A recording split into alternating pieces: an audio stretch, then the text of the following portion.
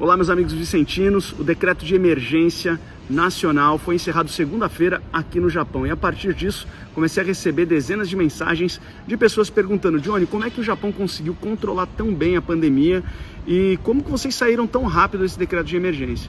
Então eu vou falar alguns assuntos aqui, abordar alguns assuntos que vão ser do seu interesse para que, de repente, possa clarear um pouco a sua mente e que sirva também de referência, talvez, aí para o Brasil ou até mesmo para a cidade de São Vicente. Vamos lá.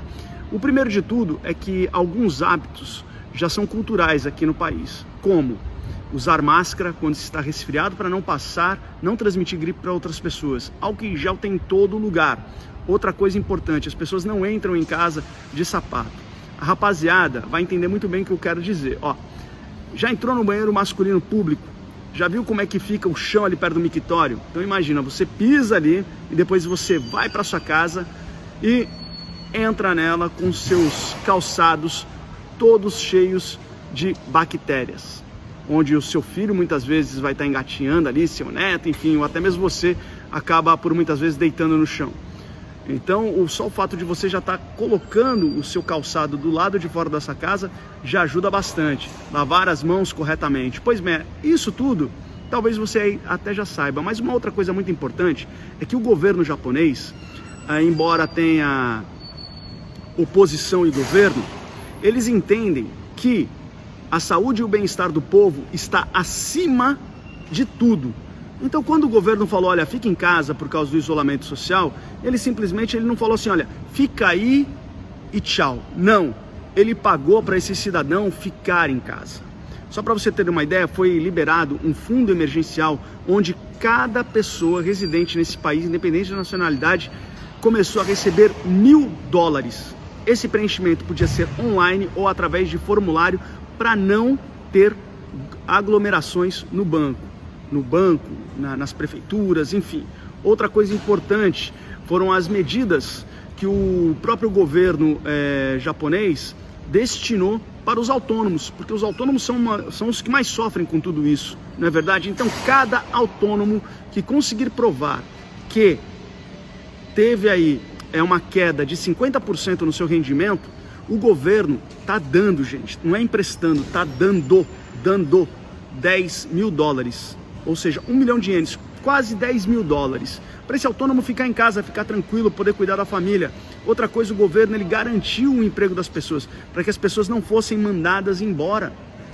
Então, aí sim você consegue se isolar em casa de uma forma bem tranquila. E aí quando dizem assim, poxa Johnny, mas é que o Japão é um país rico. Não, o Japão não é um país rico. O Brasil é muito mais rico. Muito mais rico. Você não tem noção de como o Brasil é rico. Olha lá. O Japão não tem terras férteis, o Japão não tem água em abundância, o Japão não tem commodities, ou seja, não tem extração de minério, até mesmo a energia que é consumida nesse país, que é um país industrial, é importada, ou seja, o Japão não tem absolutamente nada, é um arquipélago, é um conjunto de ilhas, tá?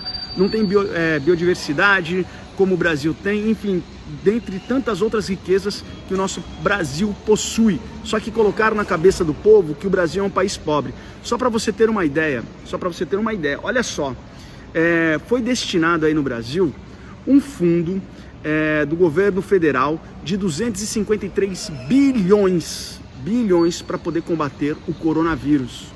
253 bilhões. Desses 53 bilhões, 58,6 bilhões já foram usados. Agora imagina, se você tivesse pego esse dinheiro, ao invés de ter que ficar fazendo aí nessa correria toda, nessa loucura toda, hospital de campanha, comprar respiradores subfaturados que custavam aí $5.000 e aí a gente viu que tinha gente querendo vender cada um a $50.000. Se você pegasse todo esse dinheiro e fizesse a mesma coisa que o Japão fez, que foi, olha só povo, você tá aí, precisa se isolar, começa a repartir esse dinheiro e fica em casa, numa boa, tá? Vamos garantir as empresas, o microempreendedor e também os autônomos e as famílias, principalmente as famílias. Tenho certeza que não teríamos perdido tantas vidas, olha só, não teríamos perdido tantas vidas e o Brasil já tinha saído dessa pandemia. Eu sei que nesse momento as pessoas estão muito inflamadas, estão sensíveis, mas também né? O povo vive levando pancada, quem é que não fica inflamado por causa disso?